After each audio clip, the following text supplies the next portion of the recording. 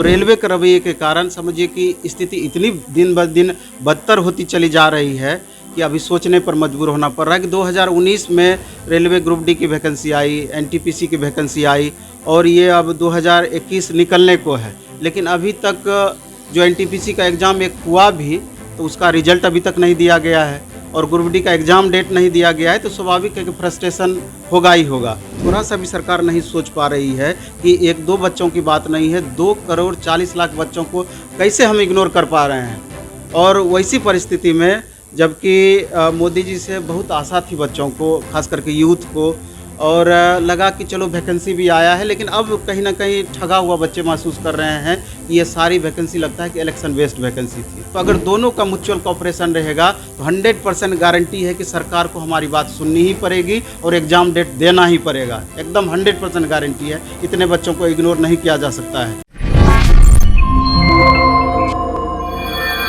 नमस्कार, आप देख रहे हैं द इंडिया टॉप। मैं हूं आदेशपुरी। देश का सबसे ज़्यादा संख्या में भर्ती करने वाला बोर्ड रेलवे भर्ती बोर्ड द्वारा 2 महत्वपूर्ण परीक्षा एनटीपीसी और ग्रुप डी 3 साल हो गया, अभी तक दोनों क्लियर नहीं हो पाया। ग्रुप डी का तो डेट तक नहीं आया है और डेट के लिए ही छात्र काफ़ी परेशान हैं कि आखिर कब तक उनका इंतज़ार कराया जाएगा। खबरें मिलती हैं कि शिक्षक लोग इस कार्य में लगे हुए हैं और बहुत जल्द सरकार पर दबाव बनाने वाले हैं, बना भी रहे हैं। ट्विटर कैंपेन भी पहले चला, लेकिन कुल मिलाकर स्थिति अभी यही है कि अभी तक इस पर रेलवे ने कोई कदम नहीं उठाया है। सरकार की गलती तो है ही। हमारे साथ हैं प्लेटफॉर्म कोचिंग के नवीन सर, इनसे हम बात करेंगे। बहुत लंबे समय से हजारों छात्र को इन्होंने नौकरी दिया अपने संस्थान से, लंबे समय से शिक्षण कार्य से जुड़े हुए हैं। इन्हीं से जानेंगे। सर, ये मेरे ख्याल से ऐसा पहली बार हो रहा है कि छात्र जो हैं वो शिक्षकों पर बहुत ही एक आशा भरी निगाह से देख रहे हैं कि वही हमारे लिए कुछ करेंगे, लेकिन कुछ छात्र ये भी कह रहे हैं कि दुख की बात है कि वो अंतिम निर्णय पर नहीं पहुंच पा रहे हैं कि कैसे ये एग्ज़ाम जल्द से जल्द पूरा किया जाए। सबसे पहले तो इंडिया टॉप न्यूज़ चैनल के जितने भी दर्शक हैं, मेरी तरफ से उनको सादर प्रणाम। और जहाँ तक आपका सवाल है, तो ये पहली बार नहीं है। जब भी इस तरह की परिस्थितियाँ आई हैं तब तक हमेशा से ऐसा हुआ है कि टीचर स्टूडेंट को हमेशा कोऑपरेट किए हैं, इसमें कहीं कोई दिक्कत नहीं है। और रेलवे का जो अपना ये रवैया है, जिसके चलते अभी देख रहे हैं कितने विद्यार्थी, अभी आप पेपर में देख रहे होंगे, बीच बीच में सुन रहे होंगे बच्चे सुसाइड कर लिए, क्योंकि सारे बच्चों की आर्थिक स्थिति एक जैसी नहीं होती है। अभी पटना की ही अगर हम बात करें तो यहाँ पर एक महीने में मिनिमम 4 से 5 हज़ार रुपये खर्च होता है हर बच्चे पर। और इसमें रेलवे की तैयारी करने वाले बच्चों का जहाँ तक सवाल है, मैक्सिमम वैसे बच्चे तैयारी करते हैं जो कि निम्न मध्यम वर्गीय परिवार से बिलोंग करते हैं, गरीब तबके से बिलोंग करते हैं। कितने के हैं जो हमसे मिलने भी आते हैं कि पिताजी ठेला चलाते हैं, सब्जी बेचते हैं और छोटे छोटे काम करते हैं, दिहाड़ी मजदूरी करते हैं। लेकिन जो भी गार्जियन उस रेंज में है, लेकिन उनको हमेशा से लगता है कि जो हम झेल रहे हैं हमारा बाल बच्चा वो चीज़ ना झेलें। तो उसी में अपने सारे खर्च में कटौती करके चाहते हैं कि हमारे बच्चे को एक नया दिशा दें, नई ज़िंदगी उनको मिल पाए, तो उसके लिए अपना सब कुछ दांव पे लगा देते हैं। लेकिन यहाँ अब रेलवे के रवैये के कारण समझिए कि स्थिति इतनी दिन ब दिन बदतर होती चली जा रही है कि अभी सोचने पर मजबूर होना पड़ रहा है कि 2019 में रेलवे ग्रुप डी की वैकेंसी आई, एनटीपीसी की वैकेंसी आई और ये अब 2021 निकलने को है। लेकिन अभी तक जो एनटीपीसी का एग्ज़ाम एक हुआ भी तो उसका रिजल्ट अभी तक नहीं दिया गया है और ग्रुप डी का एग्ज़ाम डेट नहीं दिया गया है, तो स्वाभाविक है कि फ्रस्ट्रेशन होगा ही होगा।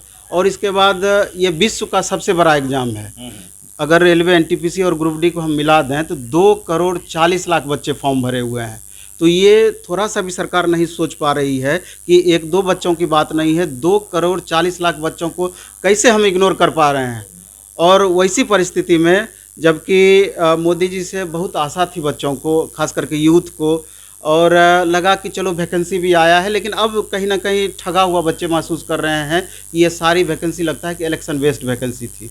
और दूसरी कि हमको तो थोड़ा सा आशंका यहाँ पर भी होता है, जैसे पिछली बार जो वैकेंसी रेलवे एनटीपीसी की आई थी, 18,500 पोस्ट की वैकेंसी आई थी, पीटी एग्ज़ाम हो गया, लास्ट मोमेंट में 4,000 सीट को कम कर दिया गया था। तो एक शंकाएँ ये भी यहाँ पर है कि हो ना हो कहीं कुछ सीट में कमी भी तो नहीं लास्ट में कर दी जाएगी। तो बच्चे का परेशान होना स्वाभाविक है, बहुत सारे रीजन्स हैं। और जहाँ तक शिक्षक का सवाल है, तो एग्ज़ाम डेट को लेकर के अभी सारे तमाम टीचर एकजुट हैं। और हमारा ये अपना प्रयास है कि कुछ टीचर जो अभी हम लोग से नहीं जुड़ पाए हैं, शायद लेट इसी मामले में हो रहा है, अभी भी हमको लगता है कि जितने भी मैक्सिमम टीचर हैं जो रेलवे के बच्चों को पढ़ाते हैं, उनको हम एकजुट करके इस अभियान को हम आगे बढ़ाएं। तो ये आप मान करके चल सकते हैं कि 70-80% टीचर एकजुट हो चुके हैं, और जो 10-20% टीचर अभी बचे हुए हैं, तो निश्चित रूप से उनको भी हम 1-2 दिन के अंदर में अपने इस रेंज में ले आएंगे कि बच्चों को हमको किस तरीके से कोऑपरेट करना है। और ये एक महाअभियान होगा जिसकी घोषणा जितनी जल्द संभव है की जाएगी। उम्मीद है कि 1-2 दिन में इस पर निर्णय ले लिया जाएगा, और उम्मीद है कि दिसंबर फर्स्ट वीक तक में आपको इसका जो अच्छे परिणाम होते हैं, सुपरिणाम सारे बच्चों को देखने को मिलेगा। और हमको लगता है कि अगर सारे टीचर एकजुट होकर के जो हमारा प्रयास है वो एक अभियान के तहत बच्चों को आह्वान करते हैं, तो 2,40,00,000 बच्चे हैं। अगर वो बच्चे कदम से कदम मिला करके हमसे चलने का प्रयास करते हैं, चूँकि ये बच्चों का ही ये अभियान है और उनको इस जवाबदेही को निस्संदेह निभाना चाहिए। तो अगर दोनों का म्यूचुअल कोऑपरेशन रहेगा तो 100% गारंटी है कि सरकार को हमारी बात सुननी ही पड़ेगी और एग्ज़ाम डेट देना ही पड़ेगा। एकदम 100% गारंटी है, इतने बच्चों को इग्नोर नहीं किया जा सकता है। हालांकि छोटे छोटे अभियान इससे पहले भी हुए हैं। अभी जैसे मैक्सिमम स्टूडेंट का कहना है कि सर फिजिकल प्रोटेस्ट कीजिए, बात भी सही है, लेकिन एक तो कोरोना वाली परिस्थितियाँ, सरकार इतना लंबा चौड़ा लिस्ट तैयार करके रखी है, इसलिए बच्चे भी कहीं ना कहीं इससे प्रभावित ना हो जाए, टीचर भी इससे प्रभावित हो सकते हैं, एक बड़ा रीज़न ये हो सकता है। लेकिन इससे पहले भी हम दूसरा ये है कि फिजिकल प्रोटेस्ट इससे पहले भी कई बार हम लोगों ने करके देखा।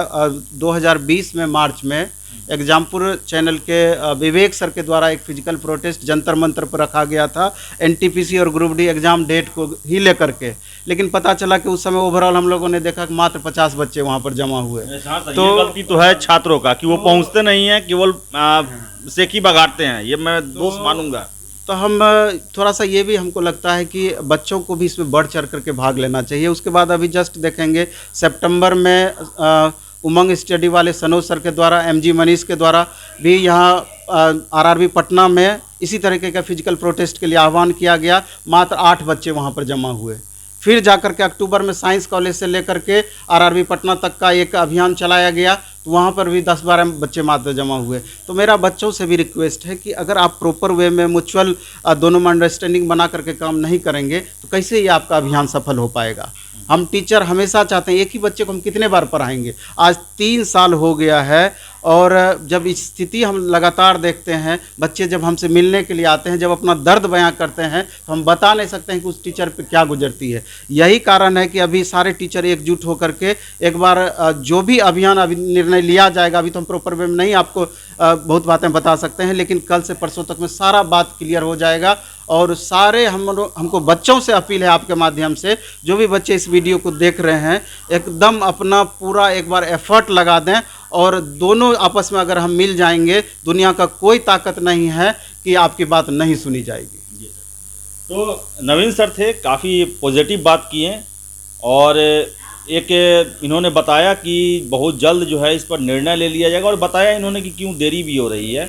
एक सामंजस्य बैठाने की कोशिश की जा रही है ताकि ज़्यादा प्रभावशाली ढंग से सरकार पर दबाव बनाया जाए और इस परीक्षा के लिए जो है तिथि घोषणा करवाई जाए, या फिर परीक्षा को पूरी तरह से ख़त्म किया जाए।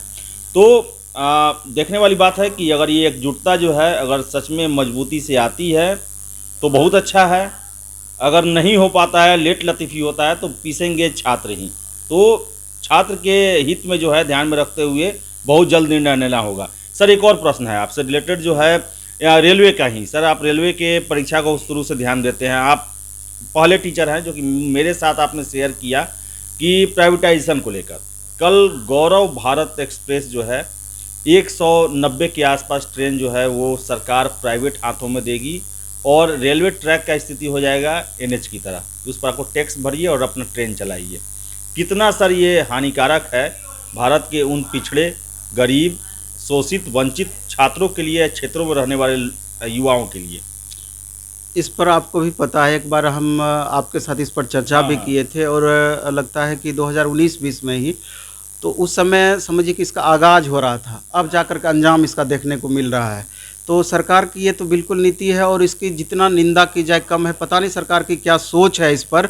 और आगे आने वाले दिन में अभी भी सारे बच्चे अगर एक्टिव नहीं हुए अच्छे से, हालांकि डिमांड हमारे कई तरीके का है। डिमांड ये भी हमारा है कि जो वैकेंसी अभी आप देते हैं, इलेक्शन बेस्ड ये वैकेंसी है, आप कम ही वैकेंसी दीजिए, लेकिन रेलवे का एक स्पेशल कैलेंडर जारी कर कीजिए और उसका डेडलाइन भी आप फिक्स कीजिए कि ये एग्ज़ाम आपको कितने दिनों में पूरा कर देना है और किस किस पोस्ट की वैकेंसी कब कब आपको प्रत्येक साल निकालनी है। आप एक सीईटी करके एक झुंझुना हाथ में थमा दिए हैं, ये बात को टालने वाली बातें हैं। उसी तरीके से निजीकरण वाली बातें हैं। अभी देखेंगे कि मैक्सिमम स्टेशन का निजीकरण कर दिया गया है, मैक्सिमम ट्रेन का निजीकरण कर दिया गया है और मैक्सिमम वैसा रूट जो जहाँ पर मैक्सिमम रस रहता है उस रूट को आप प्राइवेट सेक्टर को दे दिए हैं। ये आने वाले दिनों में जो भी बच्चे तैयारी करते हैं, गवर्नमेंट जॉब की आशा रखते हैं, उस सब पर समझिए कि बहुत मोटा हथौड़ा चलाया गया है इस माध्यम से और बहुत अंधकारमय आगे चल कर के हमको दिख रहा है। क्योंकि अगर आप देखेंगे तो जो बच्चे बीटेक करते हैं, डिप्लोमा पास करते हैं, आईटीआई किए हुए हैं, नॉन टेक की तैयारी करते हैं, ये सब पर इसका प्रहार पड़ना है, सब पर इसका प्रभाव पड़ना है। इसलिए आगे आने वाले दिनों में एक अभियान हमको लगता है कि इस पर भी निश्चित रूप से चलाना पड़ेगा कि जितना किए हैं किए, लेकिन अब आइंदा इस बात को एकदम सोच समझ करके कीजिए और उसको रोकिए।